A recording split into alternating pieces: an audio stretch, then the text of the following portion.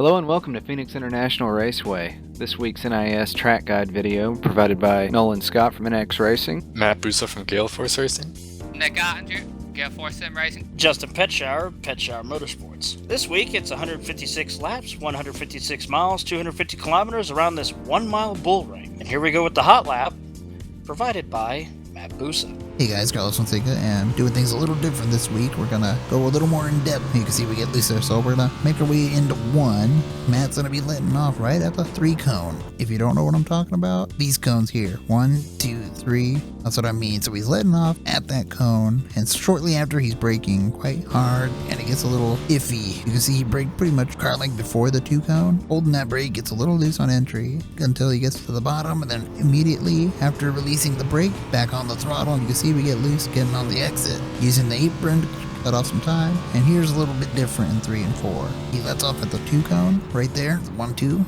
letting off the gas, and then again like turn 1, getting on the brakes, just a little bit delayed from the throttle release. And again, the car kind of wants to get unstable under braking. Play with the brakes to get it to the bottom. Once he's at the bottom, start rolling back to the throttle, and again the car wants to get a little sideways on exit, and there you go for a 27-0.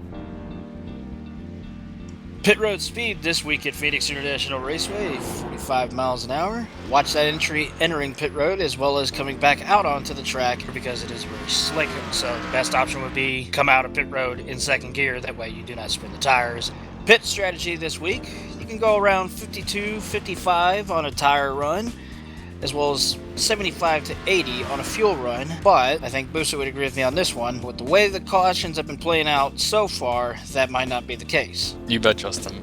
So far this week, there's been a lot of cautions in these races, unfortunately.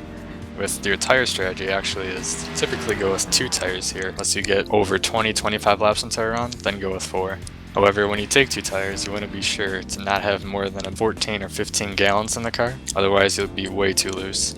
Phoenix will produce multiple lanes. You're going to notice a couple different lines come in. 1 and 2 is very key to not overdrive on entry. Expect the track to take over 20 to 25 laps into a run. You can run the typical line, tucked up against the bottom in 3 and 4. You can also enter a little bit higher and then diamond the corner, and you can exit on the bottom. My favorite line is to kind of use what old Mr. Harvick does here, the master, is to actually enter with your left side tires on the apron. Personally, I think doing that gets the car to rotate very, very well entry to center.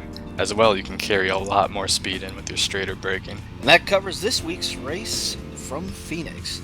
Tune in next week when we head to sunny Southern California and Fontana, the Auto Club 200 from Auto Club Speedway. Until next week, thanks for tuning in. We'll see you out on the track.